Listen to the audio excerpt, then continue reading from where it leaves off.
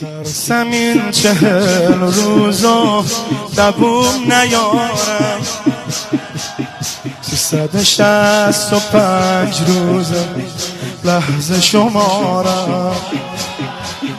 خدا نکنه غلام سیاد زنده نمونه نتونه امسال برا تو روزه بخونه خدا نکنه غلام سیاد زنده نمونه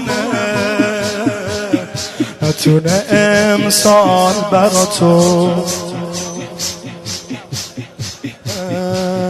نتونه امسال برا تو شب خواب سیاهی دیدم سیاهی روی کتیبه یه کمی بوده